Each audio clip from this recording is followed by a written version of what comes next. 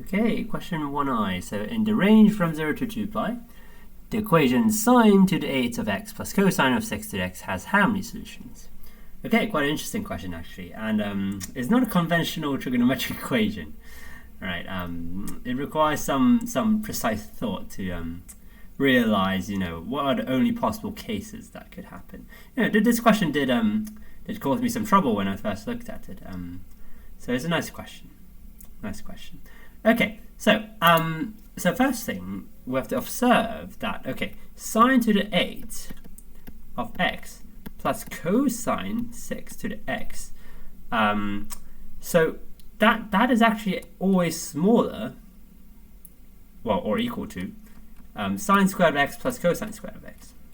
Now that's a really subtle observation to make, and why is that true? Okay, well, we know that sine and cosine are restricted between -1 and 1, right? Okay, and now we're squaring things, so we just take the positive side, okay, because we have even powers everywhere. So the thing is that if you put something which is between 0 to 1 and you put it to a higher power, then it's going to get smaller and smaller, right? So let's say I assign some value to sine squared. Well, sine to the 8 is going to be much smaller than that. Yeah, and same if I assign some value to cosine squared, and that's cosine to the 6 will be much smaller than that as well. Okay, so that's the key thought that we need. All right, and we know that the right hand side is 1. Okay, so now we need the equality. So we're thinking to ourselves, okay, well, when on earth does it, when is it equal to sine squared plus cosine squared? That's the main thing. That's the main bit. Okay. So now, as I just said, if you assign any value between 0 and 1, then it's going to get smaller and smaller, and we'll never get equality. Okay. So the only way to do so is, well, assigning 1 and 0 literally to sine x and cosine x, right? Or sine squared of x and cosine squared of x, right?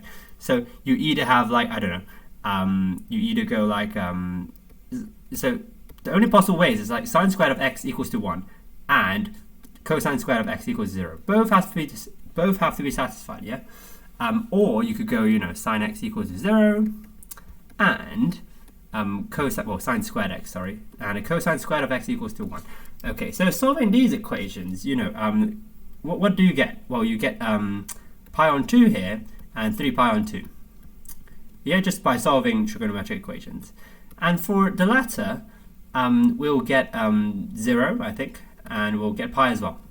Yeah, and 2 pi is not included in the range. So there we go. So these are the only 4 solutions such that we'll get that equality there.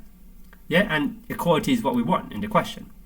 Yeah, so in fact, we only have 4 solutions, which are 0, pi over 2, pi, and 3 pi over 2. Quite a lovely question, actually. All right, that's it.